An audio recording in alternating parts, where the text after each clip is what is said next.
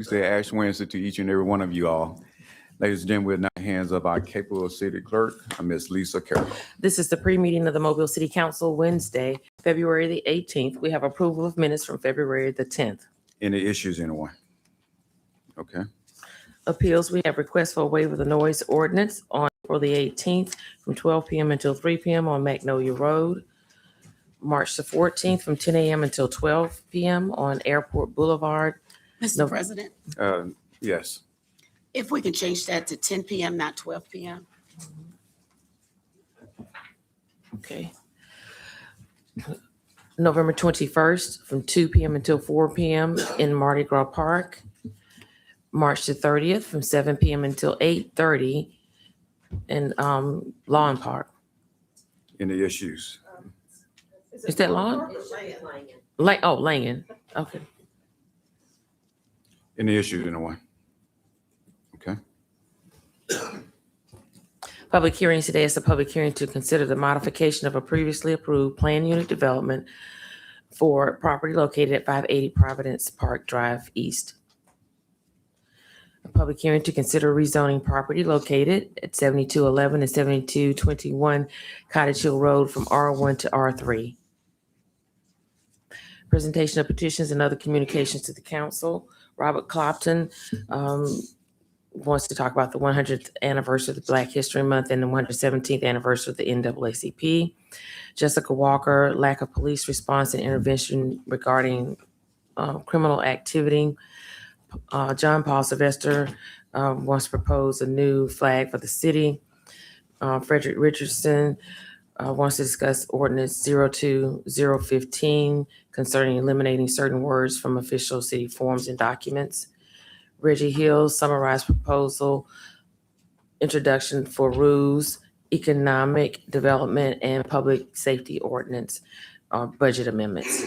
I'd like to ask the administration, will we have someone from public safety regarding Jessica Walker? Yes. Okay, all right. Yes. No, just in case you have any questions. Yeah, that's warranted. All right, thank you. Ordinance is held over 64005, consider a modification of the PUD on Dolphin Island Parkway. 64006 is considering the modification of the planning approval on Halls Mill Road. 64007 is considering the modification of the previously approved PUD on Halls Mill Road. Resolutions held over 01158, authorized agreement with OVG Parking to operate and manage the Claiborne Street garage. Mr. President, Mr. Reynolds. I'd like to hold this one over 1 week.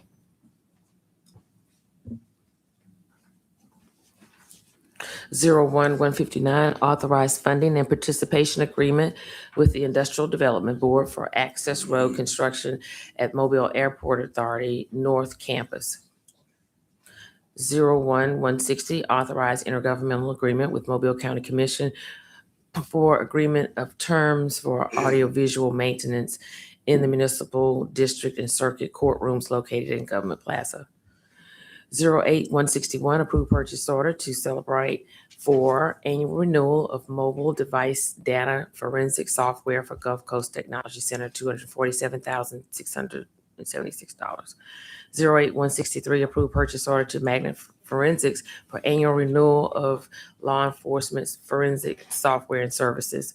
08164, approved purchase order to Quali for annual renewal of business engagement software.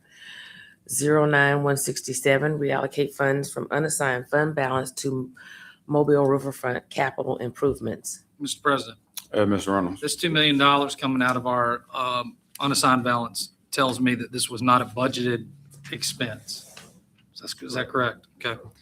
Are there not other revenue streams that we have currently in our budget that we can reallocate funds towards this project versus going into the unassigned fund balance?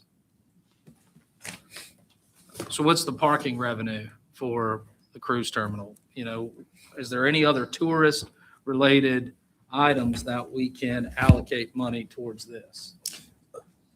You know, the only way to reallocate any of that would be to give up on another project somewhere. And so this particular bulkhead replacement and fender system, it just is maintenance. It just has to be done. It's from Gulf Quest all the way down. It should have been a budgeted item. If it was just maintenance, right? I guess it could have been a budgeted item. I didn't become aware of the need to replace it before the ship came back until recently.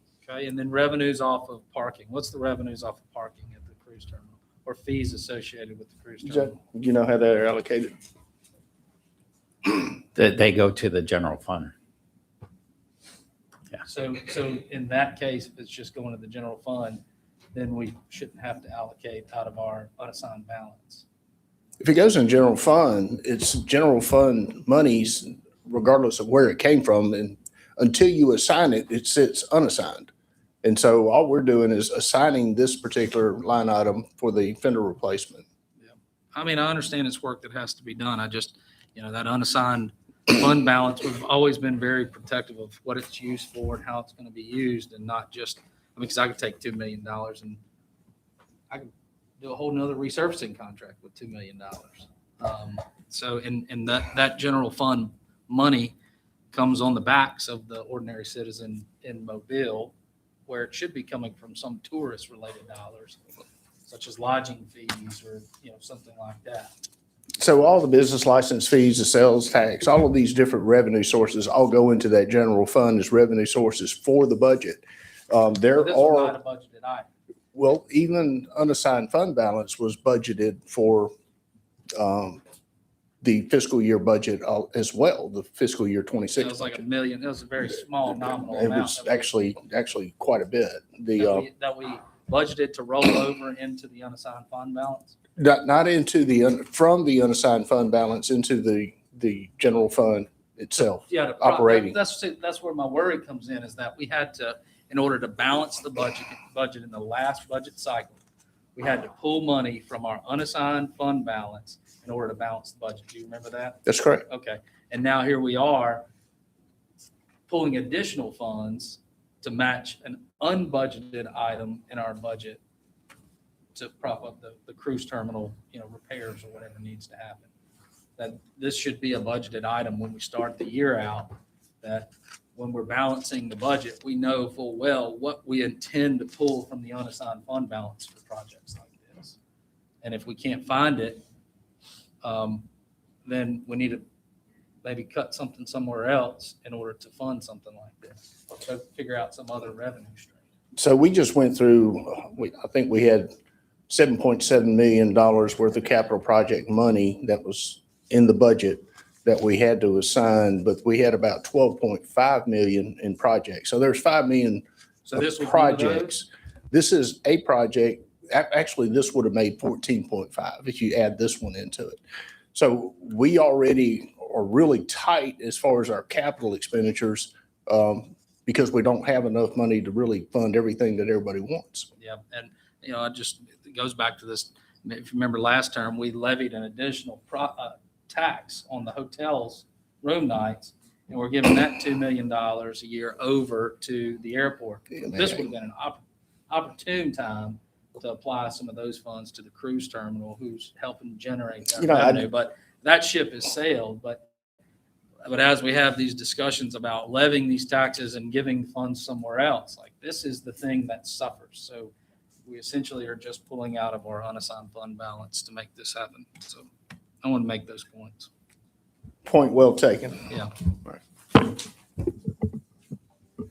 09168, transfer funds from capital project Herndon Sage turf replacement to capital project CIP figures park pool repair and improvements.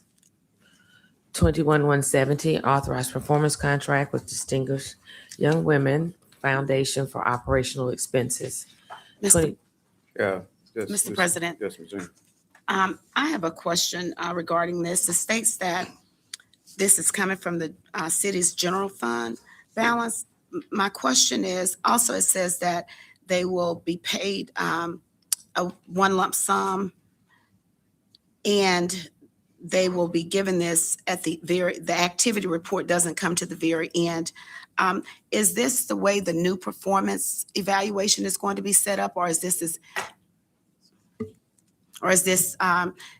the way we're doing business until we can get a performance evaluation established? You're talking about distinguished young women? Yes, sir. I guess I need you to restate your question exactly. Yes, sir. I'm looking to find, first of all, it says that an activity report and the financial statements will not be provided until this is completed. Like, we'll pay them ahead and then we'll provide that.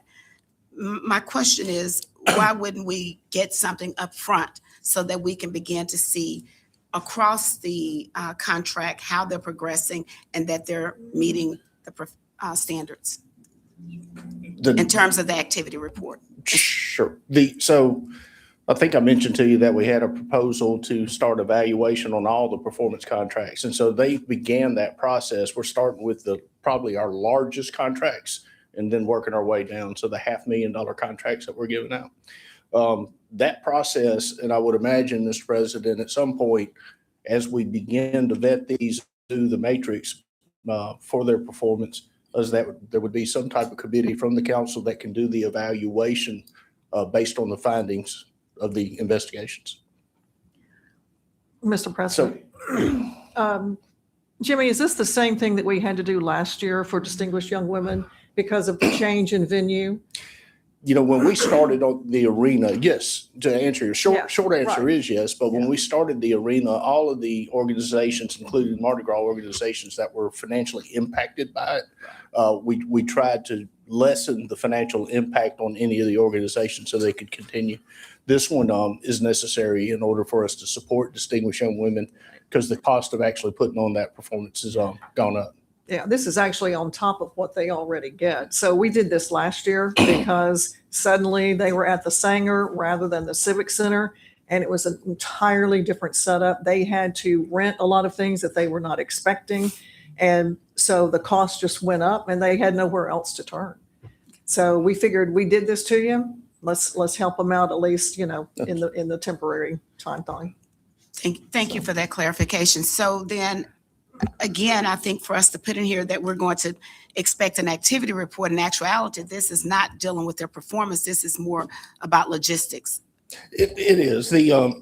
So what we'll get from them are going to be financial statements on how that money was used. And so that evaluation will continue as we work down that. Distinguished Young Women's not one of our larger contracts. So they're starting with the biggest performance contracts and working their way down.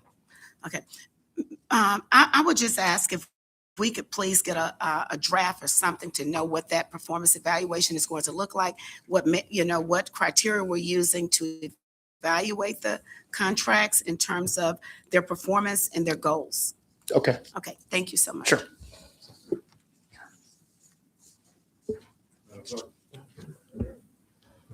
Third, 23-171, authorized right-of-way deed with Mobile Airport Authority for Michigan Avenue to Raven Drive.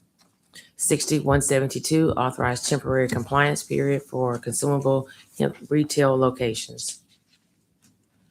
Ordinance is being introduced. 64008 is the modification of the PUD located at Providence Park Drive East. 64009, consider rezoning property on Cottage Hill Road from R1 to R3. Consent resolutions being introduced. 03174, appoint Quincy Curley to the History Museum of Mobile Board. 6175, approve award of special bonus to the firefighter of the month. CIP resolutions being introduced. 08176, approve purchase order to Arcadis US Inc. for intersection video detection system, $744,014.08. Resolutions being introduced. 08177, approved purchase order to Beard Equipment Company for one more, $28,264. 08178, approved purchase order to Empire Truck Sales for 2 dump trucks, $39,370. 08179, approved purchase order to HF Glod Construction, storm drainage, vegetation, and debris removal, $22,873. 08180, Approve purchase order to Granicus for 1-year subscription for short-term real property rental tracking and mapping software, $32,018. 181. Approve purchase order to Invasive Management Services for storm drainage, vegetation, debris removal, Spring Hill Avenue to 3 Mile Creek, $21,063.37. 182. Approve purchase order to LCM Motor Cars for Honda Accord, Chevrolet Traverse, Jeep Cherokee, $116,100. 183. Approve purchase order to Prime Professional Concrete Pumping and Finishing for storm drainage, vegetation, and debris removal, East I-65 Service Road to Imogene Street, $28,500. 184. Approve purchase order to Rick Desk for annual subscription renewal, recreation management software, $25,725. 185. Approve purchase order to Scott Allen Construction for storm drainage, vegetation, debris removal, Mobile Street to 3 Mile Creek, $22,058. 186. Approve purchase order to Secure Land and Tree for storm drainage, vegetation, debris removal, $26,500. Mr. President. Yeah, Mr. Penn. I just would like to let everyone know I'm excited to see these drainage. Especially a lot of them is in my district. So let's keep it going.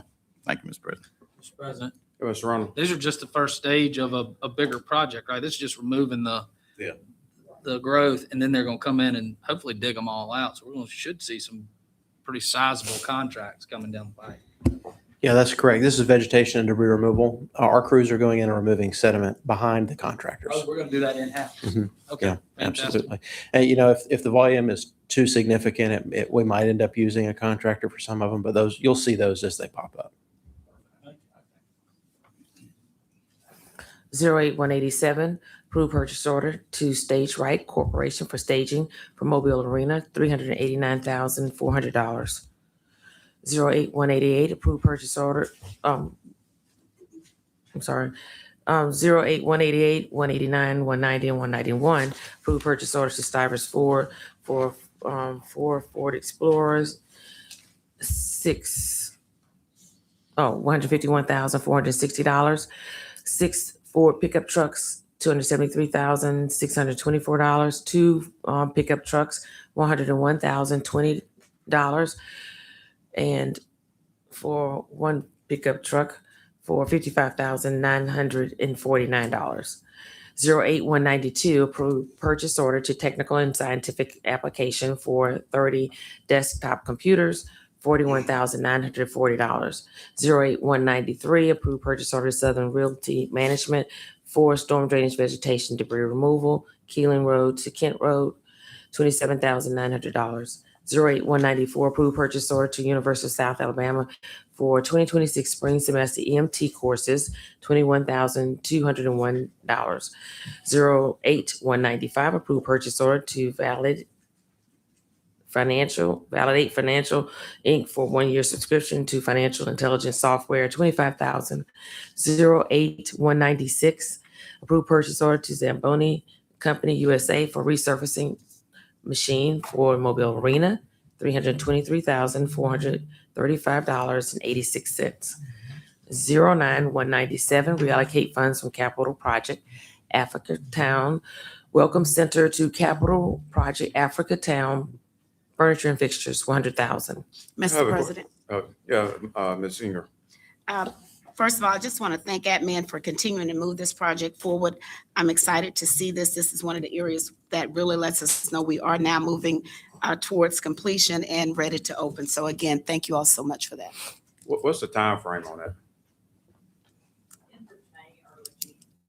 End of May, and that's it's be finished, or that's when we're looking to open? I don't think we have an opening date. Okay. Yeah. I was talking to a tour group this past weekend, and they were saying that how many people are coming on the Amtrak, and they are taking trips down to Africa Town. So that'd be great, when this open up, we make, draw more visitors that way, and make sure that Amtrak stay here. All right, Madam Clerk. 21-198, 199, and 200.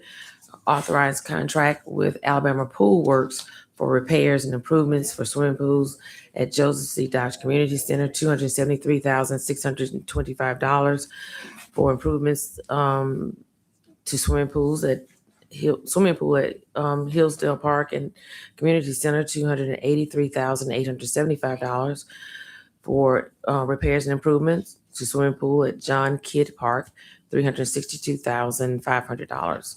21-201, authorized contract with Clark. Mr. President, Yes, Ms. Greger. on these pools, 21, 198, 99, and 200, I believe we received an email asking us to consider doing this on a first read because of the timeline, trying to get these pools repaired and ready for kids to begin swimming. I think they said Memorial Weekend? Yeah.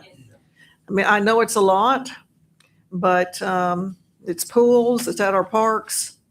And apparently, if we wait another week, that's going to put us how far behind? I mean, the sooner the better on any of these things, obviously, but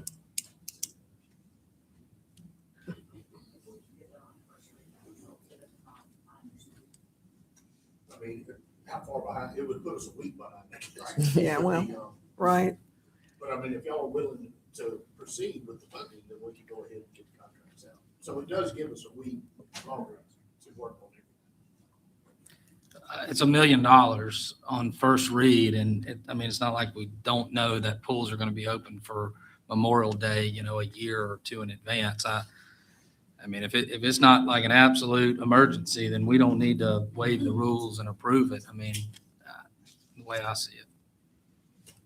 Mr. President, are we top of, are we top of the list for the contractors that are going to be doing the work and everything?